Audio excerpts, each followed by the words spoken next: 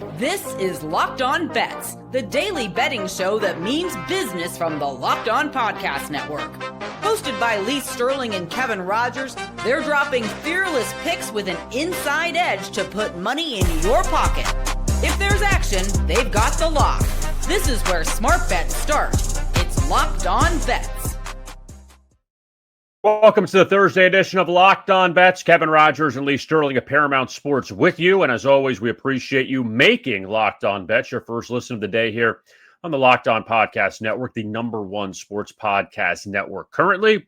And got a lot of blowouts to get to, as you see on the screen. If you are watching on YouTube, college basketball blowout, NHL blowout, NFL prop blowout, a lot of them. And I got my mining hat that we'll get on during or after the break to discuss the NBA as well. But, Lee, let's get right to the blowouts, and let's start in college basketball. Oh, boy. Last one out, turn off the lights. This one's a blowout. We're near Thanksgiving. That means now we're getting all of these tournaments, which is always fun. The kids, they get to travel, and some things are up in the air a little bit in some of these neutral site games. You go to the Bahamas, Orlando, Vegas, Hawaii, everywhere that you could think of. But the Bahamas, it's a pretty big tournament there. Texas Tech and Wake Forest, they will tip things off tonight. The Red Raiders, they are good in football, good in basketball. Look at them taking over the Big 12. But, Lee, the Red Raiders favorite here over the Deacons. What do you like?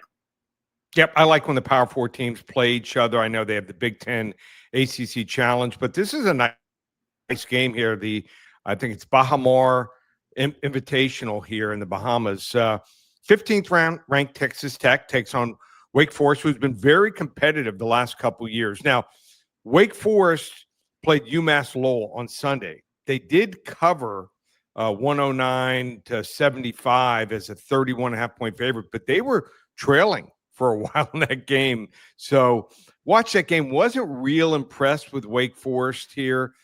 They're looking to earn a win over a ranked opponent. Haven't done that too often here, but Texas Tech is a really good team here.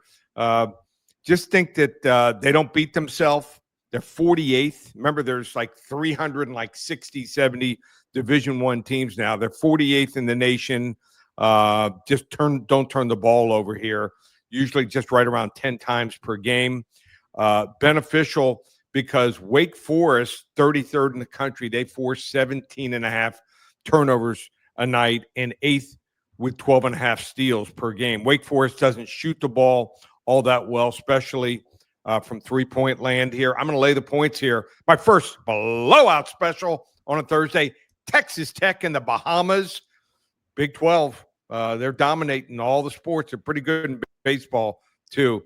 Sometimes you got to lay it if you want to play it. Texas Tech blowout special here over Wake Forest.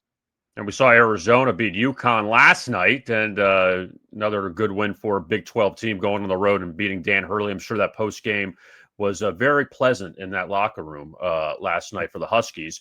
But, a lot of these tournaments coming up over the next week or so. And you know what? I will say this, that you can find definitely, I'm sure, some hidden gems out there for even the smaller tournaments that you don't see some of the big names that go like to Ohio, or they go like to these other places and they play or Daytona Beach. They have these 4 or 8 team tournaments. You can definitely find some value there. There's a bunch of mine. There's always in Daytona Beach, Fort Myers, and Myrtle Beach. They love to. It's always in that big coastal Carolina court that they have it on that weird angle. They always have tournaments there. Right. Well, there's some, Daytona, you catch some warm days. You might get some days in the 70. You walk along the beach there. But Myrtle Beach, late November, doesn't excite me a whole lot. I guess it's better than Detroit, but still, hey, it's fun. I think it's great for the kids.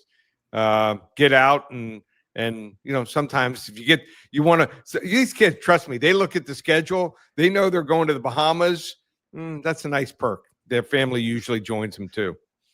Yeah, I think got discontinued too. Remember the Great Alaska Shootout? I think that got discontinued a while ago. That's No longer. I think they moved that either to Vegas or they just discontinued Right. it or what. But now Vegas is a bunch of tournaments also. But yeah, so it should be a lot of fun over the next few weeks with these tournament games before conference Right. play begins. So speaking of cold weather, let's get to the ice now for our NHL blowout special. Oh, boy. Last one out, turn off the lights. This one's a blowout. The Flyers and the Blues meet in Philadelphia tonight, and I find this interesting with St. Louis, Lee, that Jim Montgomery, the coach, who was with the Bruins for a long time, got fired, then like 4 days later got the job as the Blues coach last year. It almost felt that way. That late in the season, they had like an 11 or 12 game winning streak that got them in the playoffs. They took Winnipeg, I believe, to 7 games, lost in the opening round. And he thought, okay, there's a little bit of momentum maybe going into this season. It hasn't really translated at all for St. Louis. They've kind of fallen behind the 8 ball. And Philadelphia's had some ups and downs. They played well at home. But what do you like tonight with the Flyers and the Blues in Philly? All right. Yeah. I would imagine that a lot of people who don't follow the NHL this year are going to look at this game. And a lot of people pull up the standings. They're going to see that the Flyers are 13th out of 16 teams in the Eastern Conference standings and dead last in their division, and think that there's no way that they can bet them here as favorites tonight against the Blues. Here's the thing. Philly has only played 18 games thus far. Most of the other teams have played at least 19, and a bunch have played 21-plus games. So when you dig into the standings here, Flyers could be in third in the East if they played just 20 games and had 2 wins next couple games. So this is actually, I think, a pretty good team. They're not scoring a ton of goals, but they lead the league in goals allowed. They've had 4 days off, which is important, leading up to this game here after a really ugly 5-1 loss against Dallas on Saturday. So I think they're going to come in rested and also motivated. The Blues, on the other hand, might need to make a coaching change, as you alluded to here. This was Bill's here a fringe playoff team, and they're nearing rock bottom. They've lost 12 of the last 15 games and have a minus 20 goal differential in that span. And their only 3 road wins all season have come against cellar dwellers, Calgary, Buffalo, and Vancouver. They've lost 12 of the last 18 at Philly, and I'm not buying that they can turn it around here. So second blowout special on Thursday. I love blowouts on Thursday leading into the weekend. Philadelphia Flyers, money line over the St. Louis. Yep, they're going to be blue on Thursday night. And we're wearing the colors here. You have the Flyers. I have the blue on. So very exciting. Big hockey slate coming up tonight. And want to get to this, Lee, because you were present last night at the Heat Warriors game. But before we get to that, hold on. So let's recap last night. Went 2-1. We'll get to the Heat Warriors in a second. So we went 2-1 on the show, which was good. Wizards, they were down at the half big. They rallied in the second half. They made it close. So they end up getting the cover. Let's talk about that really quick. There were 3 teams last night in the NBA that were double-digit dogs that all lost and covered. The Kings against the Thunder, the Pelicans hung around with the Nuggets, and then Washington at Minnesota. So after a bit of a sluggish start, they were able to get the cover. Like we said, Minnesota just kind of got through the game before they hit the road. Yep, and like I said, last game before the road game, they're thinking, oh, we're up by there. I think they're up by 25 at the half.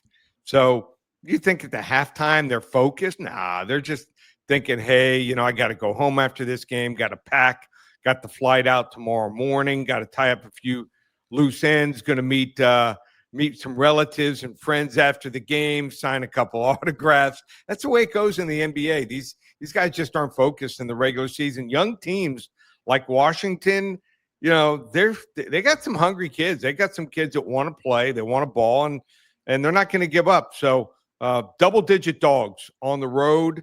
You can make some money. And like I said, I think they were either 1-9 or 2-8. I told you I take things in 10-game intervals. You can have a team that's horrible for 10 games like Washington, 2-8, 1-9, and then they all of a sudden go 7-3, 8-2 against the spread. So what you see the last 10 games doesn't mean what's going to happen the next 10 games. And we won in the MAC in Maction last night. Miami of Ohio beat Buffalo. And look, my handicap wasn't spectacular, but I did think that the departure of Daquan Finn, who was the quarterback of Miami of Ohio, and there were some issues there behind the scenes. I think with him being out definitely was a plus for Miami of Ohio. And Buffalo's okay. They're not a great team. But Miami of Ohio played well and pretty much led almost wire to wire in that game and got a nice road win. Yeah. I mean, we were texting back and forth. And what did you call him? I forget the word you just... I said got the problem out of the locker room. Yeah. So the problem, I mean, we could use a different term. Yeah. And you know what? Yes, he probably was, and maybe worse than that. But yes, he was an issue, to say the least. And besides reading some of the stories, and thank you. And if you want to Google it or look on Twitter or wherever, I just typed in his name and I was reading some of the stories. And I always believe this, Lee. Not everything's 100% true, but if it's 75% true, it's still pretty bad. All these rumors and things that happened. So I think getting him out was a very big key for the success of Miami. So now they ended up winning that game. And the loss we had was the Alabama-Illinois game in Chicago.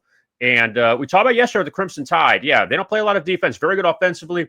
But the one thing I'll give Alabama is this. They're tested. They get tested. They are not afraid to play these big name teams. Yeah. Illinois led in the first half. They couldn't make free throws. They would get a bunch of one-and-ones, and you got to make your free throws if you're Illinois, if you want to beat Alabama. They just wasn't their night. Like I said, hats off to Alabama. We'll take a 2-1 night every day of the week. All right. I want to get your thoughts on this really quick before we get to some more plays. So you're at the Heat Warriors game last night. And it just is unfortunate. Steph Curry got hurt the night before in Orlando. So it wasn't like he was like on load management. He got injured. And, yes, he's going to rest. But he's out. Jimmy Butler sits out. And there's just a lot of acrimony there with Butler and the Heat and all this other stuff. I'll let you take the floor on this one. It's just very disappointing, to say the least. A guy like that say, you know what? Forget the fans. I don't care about you. Forget the management. Like, you took him to 2 finals. You were a big part of this franchise. Just move on. Let bygones be bygones and move on. First off, I don't know how hurt Steph Curry was, because I was watching him and I was literally like 12 rows behind where he was. And every time they hit a big shot, he was standing up. He was running to guys, giving them high fives when they made their run, actually took the lead in the third quarter. If it was a playoff game, my opinion, he probably would have played. Love Steph Curry as a person, as a player. I do believe he probably would have played in that game. So not going to question him so much, but Draymond Green doesn't play. Played the whole game the night before. Jimmy Butler scored over 30 points. And I think he, bottom line is he wanted to stick it to the Heat management and fans. And you know what? He ends up looking like the loser because he sat on the bench, wasn't interacting much with any of his other players. I don't think he's well liked. I'm going to be nice. The guy is strange dude. Okay. Yeah. And the reason he didn't get an extension from the Heat was he never playing, always injured, begging out. And then he just didn't show up for long periods of the time last year. And so Miami decided to move on, and it shouldn't have anything to do with the players. I mean, after the game, Steph Curry, Draymond Green, I stayed and watched. They're hugging Bam. They're talking to some of the other players. Wiggins, who played at Golden State, he's talking to players. There's no hard feelings. Jimmy Butler, what does he do? Exit stage right, goes straight to the locker room, doesn't shake any players' hands, and great player, one of the top 30, 40 players of the last couple of years. But bottom line, I think he hurts himself more than he helps himself when he does stuff like that. So I was glad the Heat kicked their ass in the end and won. Yeah. And I agree with you. And it's a shame. And I mean, you get tickets for that game and all those guys are out. It just kind of stinks. Kids. I mean, also kids, Kevin, there's a bunch of kids that were around me that they were hoping to see Steph and Jimmy Butler. and they didn't show up. Yeah. Bad look for the NBA. The NBA, I know this whole thing.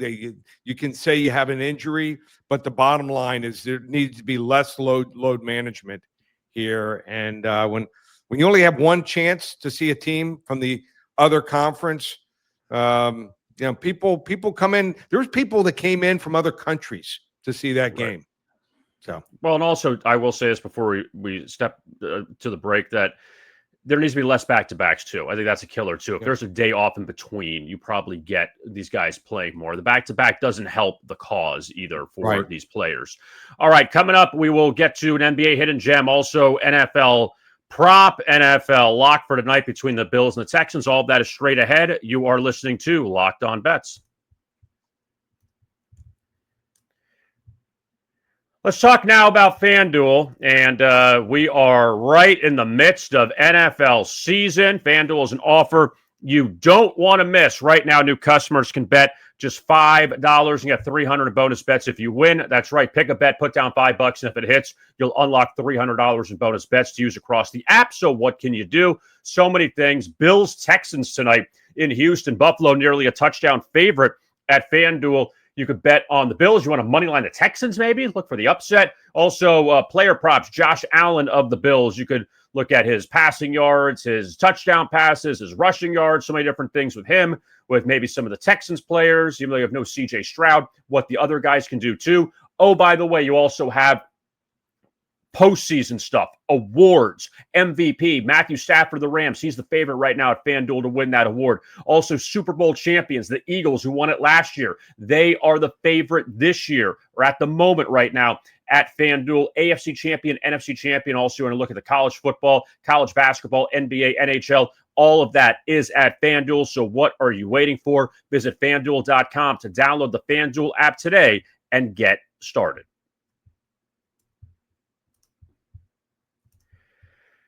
We continue Locked On Bets here on a Thursday. Kevin Rogers and Lee Sterling at Paramount Sports. Now it's time for tonight's Hidden Gem. To find a diamond in the rough, you need to dig a little deeper for those hidden gems.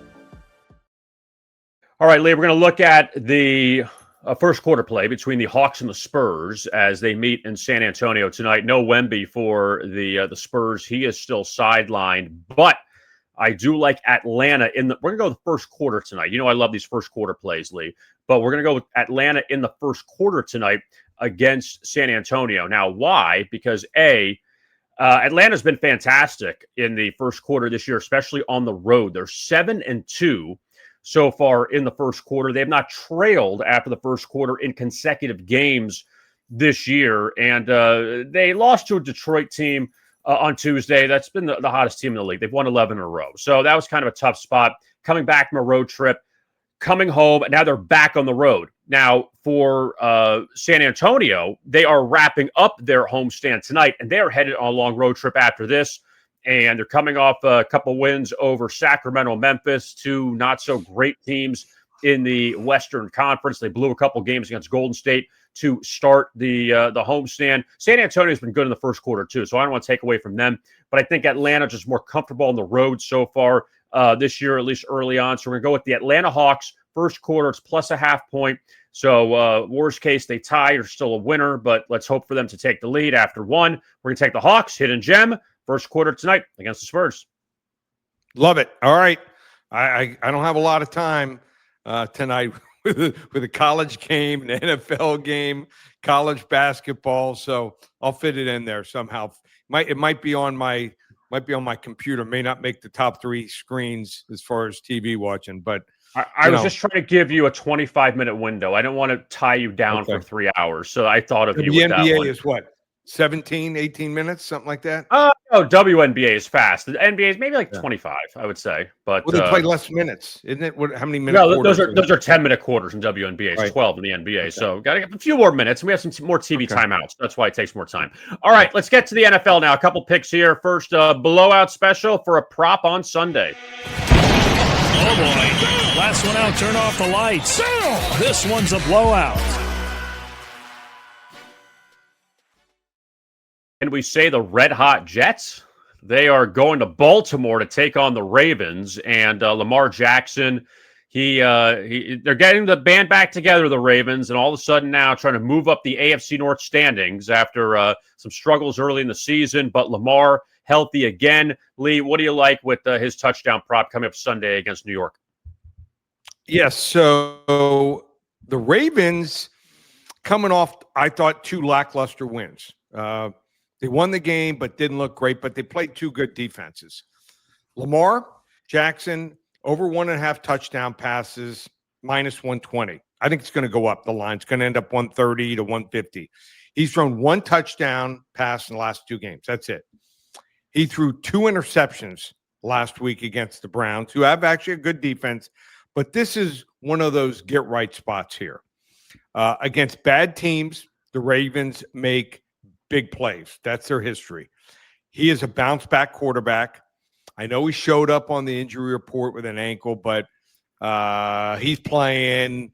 He's going to be 98, 99%. After the last 2 games, I think he has a huge breakout game here on Sunday against the Jets. Remember, Jets are also making a change here to Tyrod Taylor at quarterback just to probably keep the press off their backs. Tyrod Taylor's lost all 3 starts. He's horrible. A lot of 3-and-outs with him. Jets offense is garbage. Lamar Jackson over 1.5 touchdown passes, minus 120 right now. Our third and final blowout special on a Thursday. Just amazing how the Ravens, after that big hole they dug themselves in, still have a pretty good chance to win the AFC North when it's all said and done with Aaron Rodgers hurt in Pittsburgh now. So just kind of amazing. We could see Baltimore in the AFC Championship when you thought they'd be dead in the water back a few weeks ago. So we'll see how that turns out coming up on Sunday. Now, shifting over to Thursday, Bills and Texans. We're going to get to the lock of the day. That is straight ahead right here on Locked On Bets.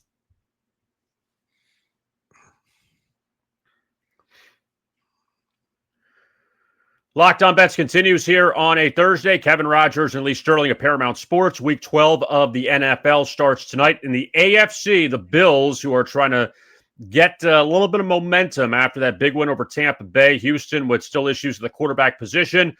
Bills and Texans tonight. Now time for our lock of the day. Open it, open it, open it. Lee has the key to the lock of the day.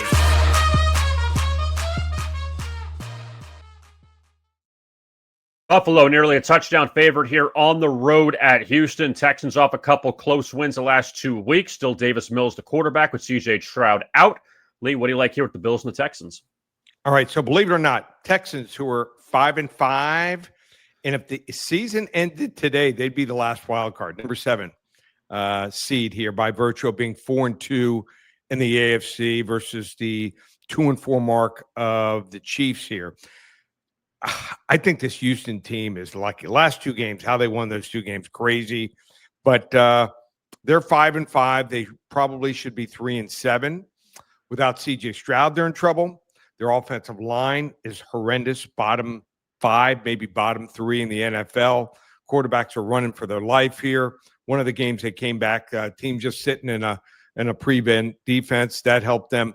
Here's what has made Buffalo scary good again. Play action. When you run the football like they do with James Cook, and then you use the play action to throw the ball. They stopped using play action. You just drop back Allen, still good, but he goes into the bottom half of the league. When they use play action, top 5 in the league throwing the football. So I like Buffalo here, starting to find their stride. Lay the 6 points. They win by a touchdown easy. I haven't won in this game here. Something like 30-17, level 2 lock on a Thursday.